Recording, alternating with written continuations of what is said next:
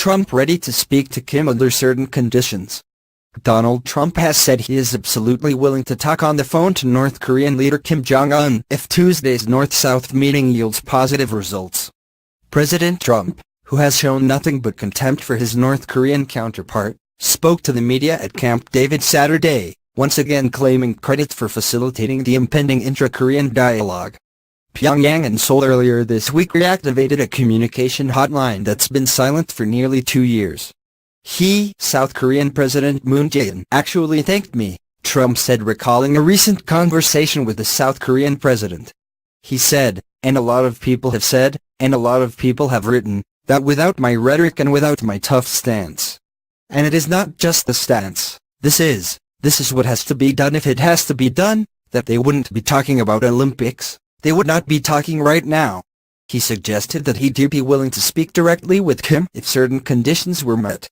Sure, I always believe in talking, the US president said, adding that Kim knows I am not messing around, not even a little bit. The specific preconditions, however, were not expanded on. If something can come out of those talks, that would be a great thing for all of humanity, that would be a great thing for the world, he added.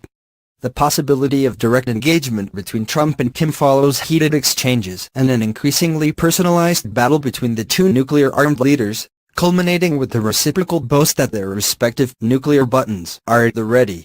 I too have a nuclear button, but it is a much bigger and more powerful one than his, and my button works. Trump tweeted in reply to Kim's New Year speech that his button is always on my table.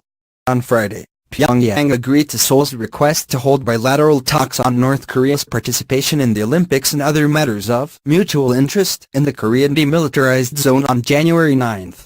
The meeting was made possible after Kim signaled a thaw in the frozen relationship with the South during the same New Year speech in which the now famous button was mentioned. In a phone conversation with Trump earlier this week, President Moon was able to convince his ally to postpone their joint annual full legal exercises until after the Winter Paralympic Games in March, so that the talks between the two Koreas have a chance to succeed.